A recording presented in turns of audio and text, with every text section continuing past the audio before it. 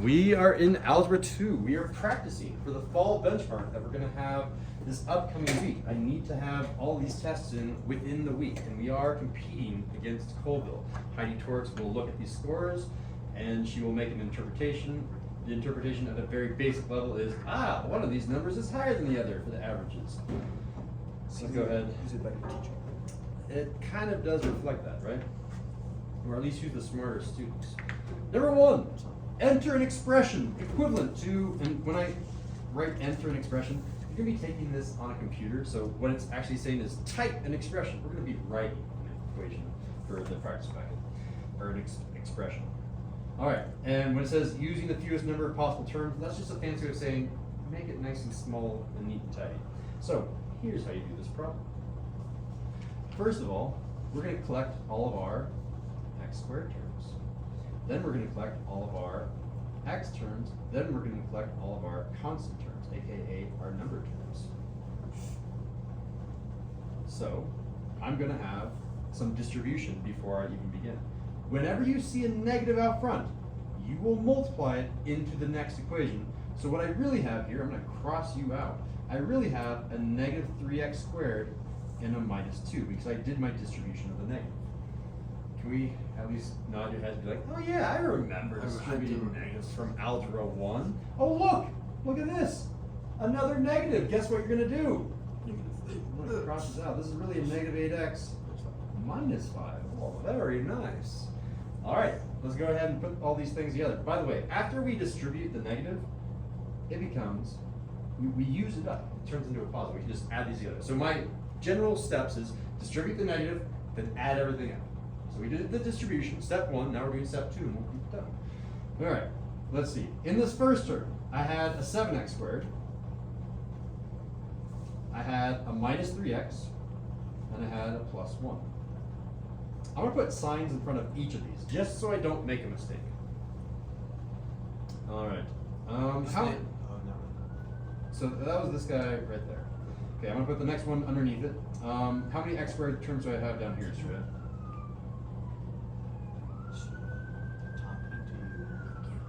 How many x squareds do I have in this expression to put down here? You have 1, but negative 3. You have negative 3 x squared terms. I have one term that is an x squared, and that term with the coefficient up front is negative 3. Do I have any x terms? No. Sad face? No. So you just kind of leave it blank. I do have some constant terms. The negative 2 comes down here, right? Say negative 2. Cool. Let's do the next one. Hey, Aaron, what do I put in here? How many x squared terms do I have? 0. Yeah, just leave it blank. What about this spot right here? What do I put? Negative 8x. Negative 8x. And what about over here? Negative 5. Cool. I just need to add these all together, guys. All right. How many x squareds do we have? Let's add them all together, David. 4x squared, right? Done and done. 4x squared. How many x's, Estrella? 11. Careful. Negative. Negative 11x. Perfect. And Aaron, constant terms, add them up. 6, negative 6x. Negative 6. Just negative 6. Yeah, just the negative 6. Cool. There's our answer. You can box it. Forget about joules. All right. Again, all I did was I switched the numbers. You're going to have 3 terms on the actual test. Make sure you distribute those negatives. Yes, Add them up by term. You're ready to go. We're on to number 2. Properties of exponents. They're tricky. So let me show you the first one. This is how you use properties of exponents. I'm going to rewrite this one. I'm going to call this one A, B, C, and D. So let me work on part A over here. A is 9 to the power of 4x. Is that equal to 4 to the power of 9x? We'll see. I have a sinking suspicion that the answer is no, but we'll try. So what happens here is this is really, I'm going to be very, very over-explanatory here. We go really, really slow. This is really 9 to the power of 4 times x. Wow, that's crazy. Guess what this right side is, guys? 4 to the power of 9 times. Oh, wow, that was hard.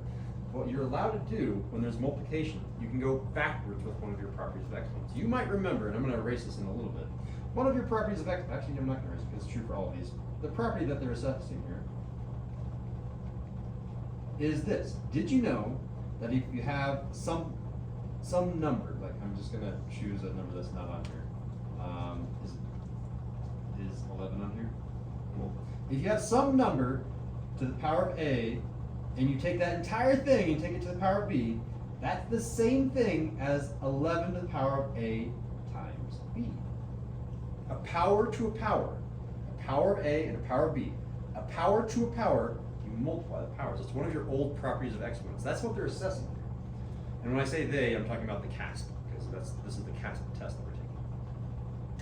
So we're going to go backwards. Hey, look, I have one of those over here. It's a 9 times an x, which really means down here, I have 9 to the power of 4 to the power of x. I went backwards with this property. I went backwards with that property. So far, so good. We're going to do the same thing on the right-hand side. This is going to be 4 to the power of 9. That's a 9, not an 8. To the power of x. Again, going backwards with our property. We're going to be doing this over and over and over again on this problem. Well, I'm not sure what 9 to the power of 4 is. I'll be honest, this is a really big number. But I guarantee this. Did you know that an odd times an odd is always an odd? Just to show you, 3 times 3 is 9. An odd times an odd is an odd. That will always be true. Did you know that this number is odd? 9? We're multiplying 9 times 9 times 9 times 9. We're doing an odd times an odd times an odd times an odd. Our answer on the left side is going to be an odd. Yeah. I mean, this is going to be some odd to the power of x. I don't know what it's going to be, but it's definitely odd. By the way, this is called the parity trick. Parity is a fancy way of saying odd versus even. If the left side is odd and the right side is even, they're not the same. They have to be both the same parity. Did you know that an even times an even is an even? It's kind of crazy. Look at this. 2 times 2 is 4. An even times an even is an even. And guess how many times we're multiplying this even number by itself? 9 times.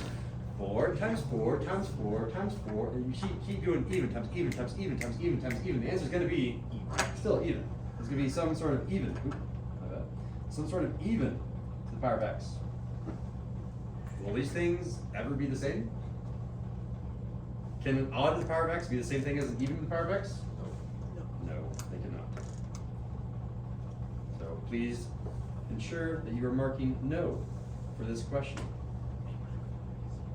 So we can just do the same thing for the rest. We're doing the same thing for the rest. Let me quickly do B with you, and I'm going to let you try C and D by yourself. So here's B. I have 27 to the power of x is equal to 3 to the power of 3x. I can't do anything with that left-hand side. I'm going to leave it alone. That's 27 to the power of x. But that right-hand side, I can undo my power to a power. I can show that this is a power to a power. This is 3 to the power of 3, and then the power of x. All right, I need to simplify 3 to the power of 3. I can actually do that. It's just multiplying 3s a few times. So let's quickly pronounce 3 times 3 times 3. Mental math. Are you guys ready? 3 times 3. Shout out. 9. Okay, so that one's 9. What's 9 times 3? 27. So this is now 27. Again, I've changed the 3 to the power of 3 into a 27. Both of these are to the power of x. This is still 27 to the power of x. And ho ho ho, check that one out. That one's clearly a yes. Very, very clearly. Those are the same. What I'd like you to try is C and D on your own. I will silently be writing the answers up here and then go over them as a class. So if you are stuck at all, please feel free to look up at the Promethean board and you'll see how to do this.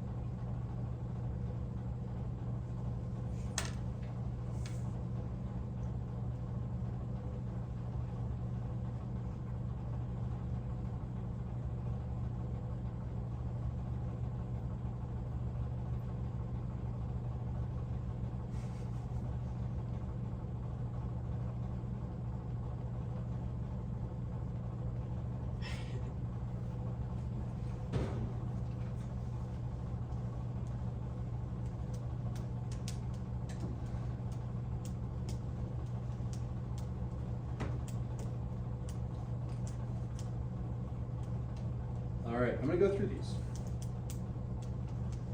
So in the third problem, which I'm labeling C, I do the same trick that I did in B, where one side of them was 2 to the power of 5 to the power of x. I did 5 2's. I multiplied the 5 2's all the way down, 2 times 2 times 2 times 2 times 2, and I got 32, and they happen to be the same. So that one is also a yes for this box. D is so wrong, it's laughable. This x isn't even in the exponent. Like, it's off to the side. Like, as soon as I saw it off to the side, I'm like, yeah, no way. I would automatically mark the no. But just to show you that it wasn't even close, you do 7 to the power of 4 first. 7 to the power of 4, it's at least like 1,000. It might be bigger than 10,000. It's really big. That number is a big number, and that big number isn't anywhere close to 28. And that x isn't even in the power, so there's no way that was ever going to work. So the answer one is clearly no here. So that's the pattern that you're looking for. Cool. Give me a fist of 5 on number 2. How do you feel about that one? There's a lot of new math and new tricks. Oh my god, you guys are geniuses. Excellent. All right, well, let's just keep moving on at this pace. Number 3. Which equation reveals the minimum or maximum value of f of x without changing the form of the equation? And again, I apologize for the typo. I hope in the future years I will fix this typo. I was up way too early this morning doing this. These are all roughly the same equation, but slight variations of this. So this is just expecting you to know the knowledge of how to graph a quadratic, which it's like there's 2 questions about knowledge about graphing quadratics in this entire test, and I can answer both of them in the same way. There's something called vertex form. I mean, you can take notes, you cannot take notes. It's up to you guys. Just know that you will be required to know this type of knowledge. Memorize this form. You don't need to know the name of the form, but I will tell you the name of the form. It's called vertex form.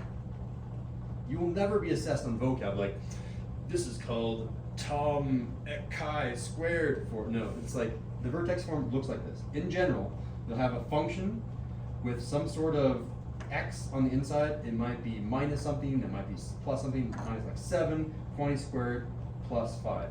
What this is essentially saying is it moves the vertex. The vertex in general starts at the origin. So in general, we have a graph that goes like this. A quadratic is a U shape, or you can call it a smiley face.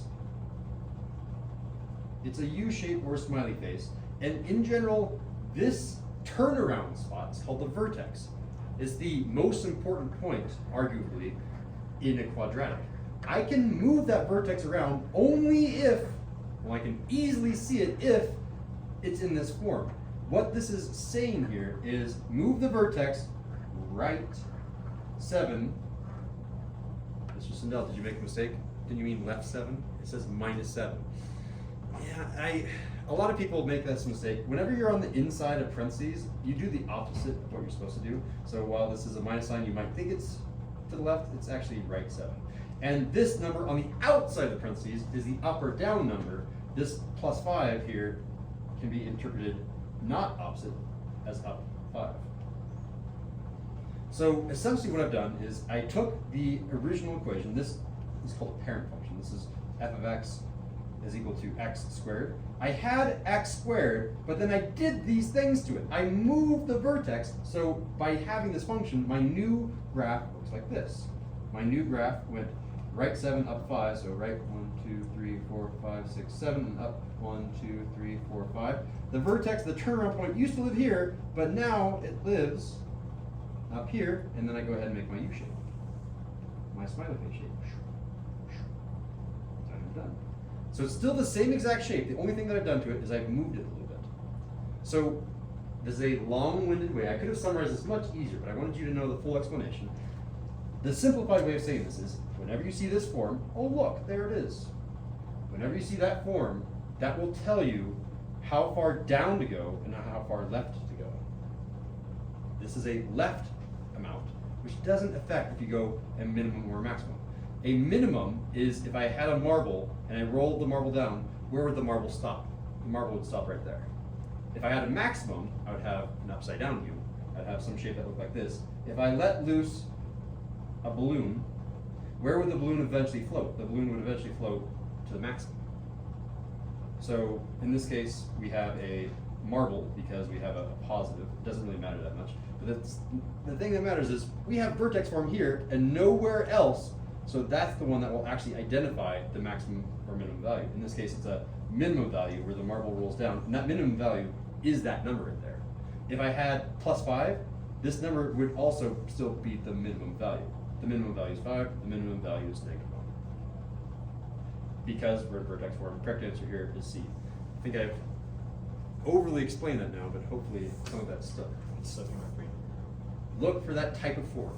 I don't care if this times this is equal to this. I care by the type of form that I have. All right. I've spent a lot of time talking about 3 questions. Let's do number 4. This one is a nice and easy question. Oh, I see a minus sign. What do you think you're going to do with that minus sign? Distribute it to them. Guys are so good. Yes, indeed. You distribute it. And our new equation I'll write under here Is is this like negative number 1? 7x squared. Yeah, very similar. Minus 2y squared. Oh, whoa, look at that. It is different than number 1. Number 1 only had x's. This one has a y, so it's a little bit different.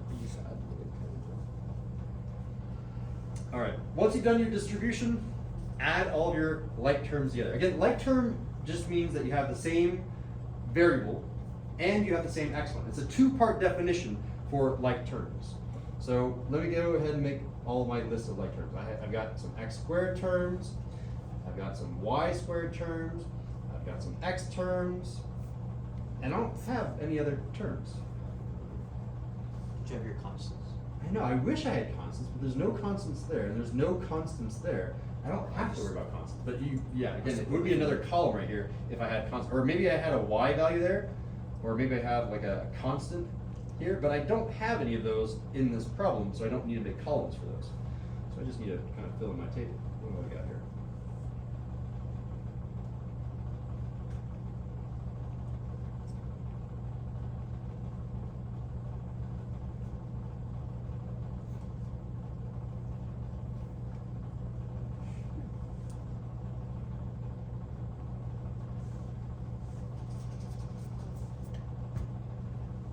Interesting question to ask. Do you need to show your work? And the answer is, you don't have to, but you should. The reason why I say you should is because there are students that get into that habit of, I can do this all in my head, and then they make like a really silly mistake, and then it makes you look not as smart as Colville. Just show your work. It's not that hard. What did this take me? Like 30 seconds to a minute? Just show it. All right. David, do the x squareds. Stray, you're going to do the y squareds. And Aaron, you're going to do the x terms. David, what do we get? 1x squared. Yep. So we get 1x squared, or simply just x squared, right? If I have 1x squared, you can just say x squared. That's more simplified. Stray? Y squared. Good. It was a 1y squared, so we just say y squared. Do we put a plus symbol here, or a minus symbol? What are we doing here? You're adding. Yeah, it's a positive, so it's plus. Aaron? Just plus x. Plus x. Okay, pretty good. And we're done with number 4. It's that easy. Let's do number 5. This guy's tricky. You're gonna see 2 or 3 of this one. I forget how many I put on here. This is a square. It's a square. You literally say the word square.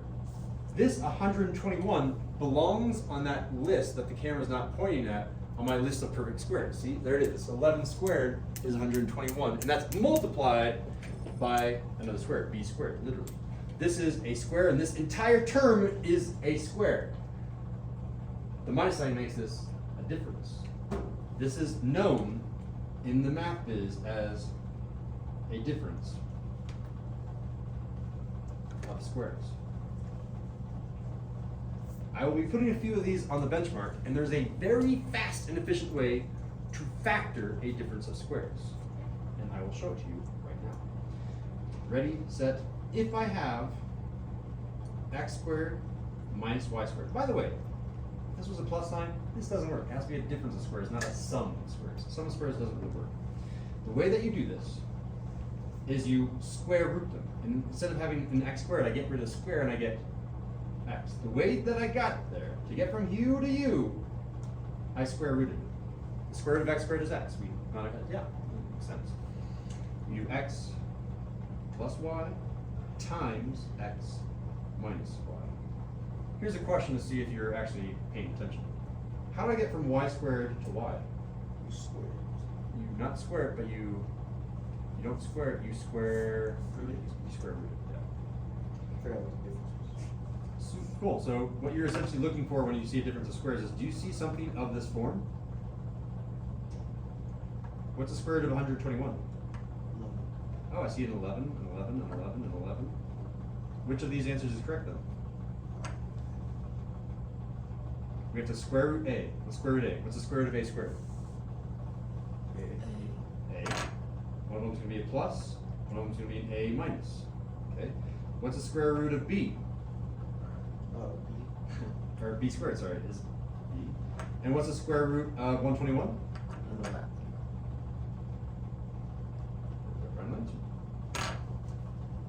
And That let's see. was like the one I think it was. If you forget, because I'm guessing some of us will, talking to you, YouTube, if one of you forgets, here's what you can do. You can multiply this thing out. So let's go ahead and I'm going to go ahead and solve this in an entirely different way. Let's pretend I didn't memorize anything. You can go back to your old friend multiplication, as long as you know what this is asking about. A is really saying a minus 11b times a minus 11b. Because it says multiply that thing by itself twice. What is b saying then, Julian? A plus 11b times a plus 11b. Exactly. What you could do here is you could multiply these together. You could say, okay, what's a times a? Someone shout out. Be careful. A squared, good. What is a times negative 11b? It's a negative 11ab. You just kind of squish everything together when you have multiplication happening. All right, what happens when I do negative 11b times a? Someone else can do this one. Negative 11 AB. Perfect. And finally, what happens when I do negative 11b times negative 11b? Negative times a negative is a positive. 11 times 11 is a 121, and b times b is a b squared. When I add all of these together, I get a squared minus how many ab's? I have negative 11, another negative 11, negative 22ab plus 121b squared. And check it out, that's actually kind of close. What we're doing is we're just checking, are u equal to u? We're comparing these two things. This one was this. Is this one the same as our starting equation? It's really close. A squared, b squared, b squared, 121, 121. The only difference is that's a negative 22ab and that's a plus sign instead of a minus sign. It was really close.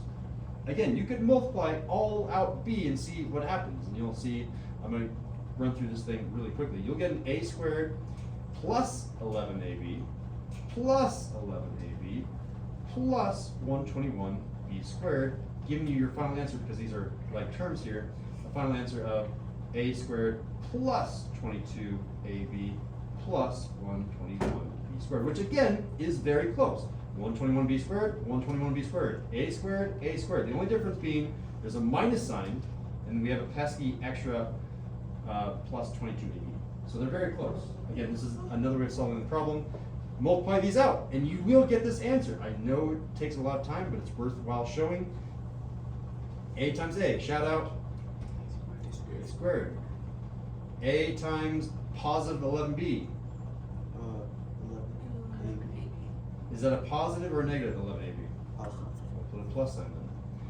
Let's do negative 11b times A. Negative 11 And finally, negative 11b times positive 11b. Negative times positive is a, Negative. AB. and then 11 times 11, 121 and b times b. squared. Yeah, very nice, guys. And check out these middle terms. Cancel. They cancel! That's the whole point of a conjugate pair, which is what these are called. All right, and then I'm left with an a squared minus 121b squared. And check it out! Look at that! You and you are exactly the same. That one wasn't even close. That one happened to be, oh, you and you match up perfectly. But we weren't trying to match D to B, or D to A, sorry. We're trying to match this one to one of these, which was C. Tons of ways to solve this one. I can do that up here at 12:10, right? I got time for that one. Oh, this one's super easy. Can I even do another one? Oh, maybe I could, depending on how well you pay attention to number 5. Number 6, ready, set, go. We are going to simplify this, and hopefully we get something that looks like this. Here's how you simplify. When you don't see a power here, you assume that power is what? 1. Good. I'm going to write it in for us. We're going to assume this power is 1. Whenever you multiply things together, you can simplify. For example, let me give you an example here. Did you know if I had x to the power of 2 times x to the power of 3, this would be equal to x to the power of 2 plus 3, give me x to the power of 5? Crazy, I know. Let me give you another example. Did you know if you had x to the power of 3, all of this to the power of 2, you do x to the power of 3 times Plus. 2? You do plus when you have multiplication. You do times when you have a power. Meaning that this is x to the power of 6. There's a slight difference between these two, and both of these rules are being assessed in this question. Notice we have an A and an A. These two can be combined in a way. What do I do with this 3 and the 1? Do I add them or do I multiply them? You add them because these are all being multiplied. Whenever you have multiplication happening, you add. So we have multiplication happening, we add the 3 and the 1, and our new problem becomes A to the power of 4. 4b power of 4, quantity to the power of 5. 5. So then I do this. I just distribute the 5 here and here. And this is really now a to the power of 4 times 5. Why times? Because it's a power to a power. Power to a power is multiplication. And b to the power of 4 times 5. So this is a to the power of 20, b to the power of 20. And check it out. This answer looks like what it wanted. It wanted a to some power, b to some power, a to some power, b to some power. These look the same, therefore it must be the answer. So there are two different properties being assessed there, and you had to know that you could distribute as one of the properties. Pretty good. We got time for one more. We got like a minute and 15 seconds here. Got it. Check out number 7. Does it look familiar? Does it look like number 5 at all? Does. It does, because 9 is a square, 49 is a square. You guys remember the shortcut? It's C. It's C. You look for that form. Done. Hey, Aaron's got it. It's also because like -7 times 7 gives you -49. Yeah, exactly. -7 times -7 gives you positive 49. Shucks. Positive 7 times positive 7 gives you a positive 49. Shucks. And this was a positive 49. Shucks. The only way to get a negative 49 is a negative times a positive. These are the only things that will give you the negative. So that's another quick little way of getting it. This is the difference of squares formula. And again, you could just multiply these out, which takes a lot more time. That's why I try to show you guys the shortcut of multiplying conjugate pairs. Feeling pretty confident about number 7? And we don't have number time for number 8. But you could try it. I will post this video for everyone that's not here. You can give these back. No, you guys can hold on to them.